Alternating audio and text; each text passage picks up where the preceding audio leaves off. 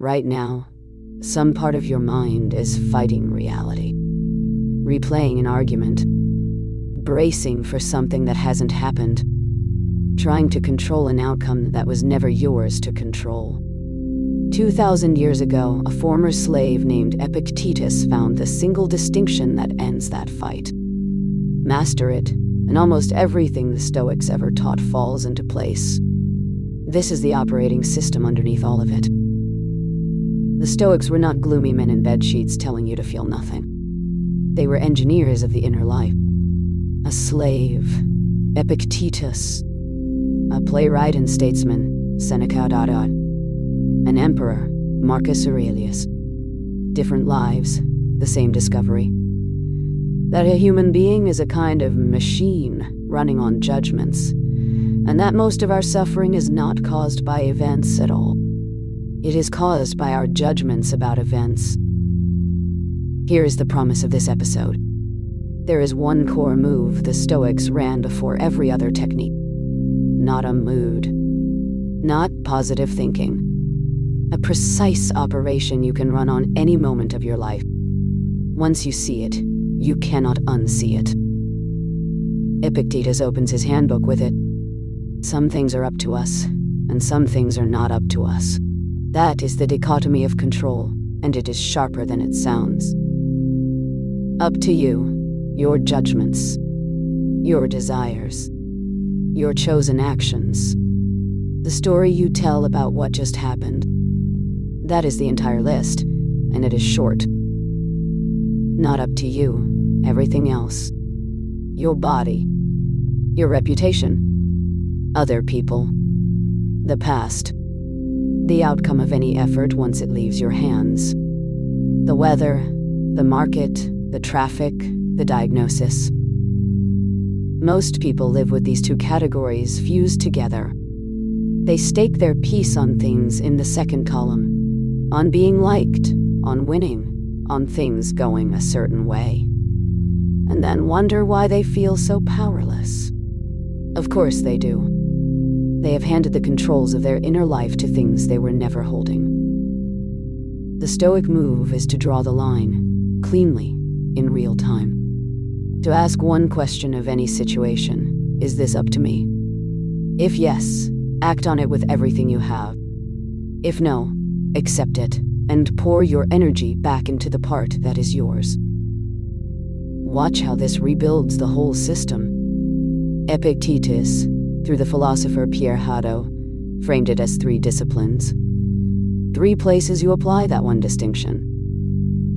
The discipline of desire. Want only what is actually up to you. Stop staking your happiness on outcomes you do not control, and the ground stops shaking under your feet. The discipline of action. Do your duty, and do it for the common good, but hold the outcome loosely. Fire the arrow with all your skill.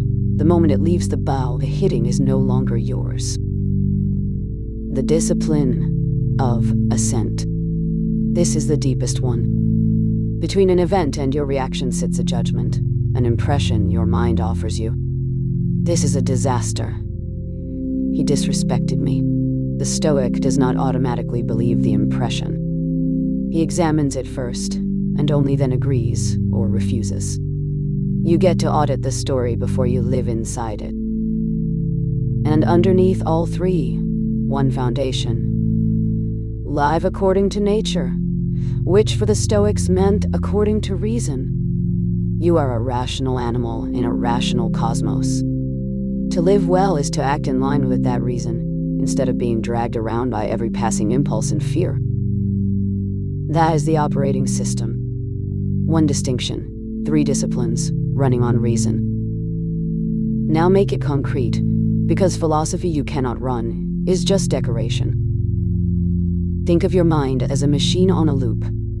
An input arrives, your mind processes it, and out comes a reaction. The dichotomy of control is you getting root access to that loop, stepping in between the input and the output, where you were never supposed to be able to reach.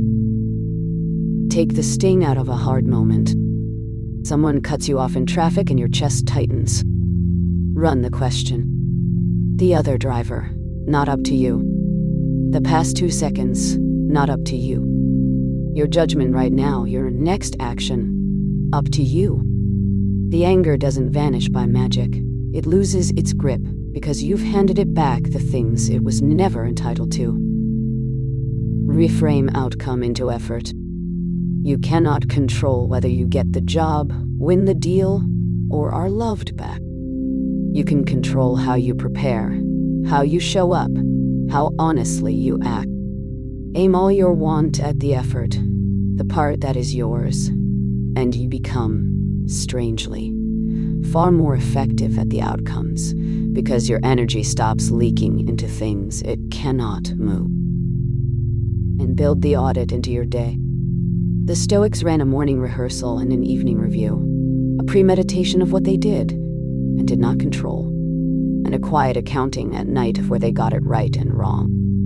Not self-punishment. Maintenance. You are debugging the machine while it runs. Because here is the thing about this distinction. It is a habit, not a fact you memorize. The first 100 times you ask, "Is this up to me?" you will ask it too late, after the anger, after the spiral. That is fine.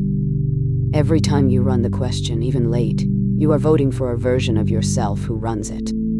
You are installing a new default.